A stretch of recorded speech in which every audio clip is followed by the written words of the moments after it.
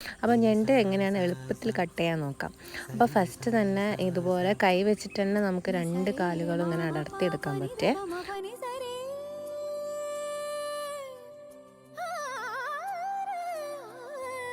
അതിനുശേഷം എന്താണെന്ന് വെച്ചാൽ സൈഡിലുള്ള കുഞ്ഞു കുഞ്ഞു കാലുകളില്ലേ, അത് നമുക്ക് കത്രികയോ കത്തിയോ അല്ലെങ്കിൽ കൈവച്ച് തന്നെ അടർത്തിയെടുക്കാൻ പറ്റും. അപ്പം അത് വേണമെങ്കിൽ യൂസ് ചെയ്യാം, കറിയിലൊക്കെ ഇടാം. ഞാനത് യൂസ് ചെയ്യുന്നില്ല, ഞാൻ ജസ്റ്റ് ആ വലിയ കാല് മാത്രമേ എടുക്കുന്നുള്ളൂ കേട്ടോ. പിന്നെ നമുക്ക് ഇങ്ങനെ കിട്ടും. അതിനുശേഷം ഇത് കണ്ടോ, ഒരു കത്രിക വെച്ച് ജസ്റ്റ് ഒന്ന് ഇങ്ങനെ തട്ടി കൊടുത്താൽ മതി.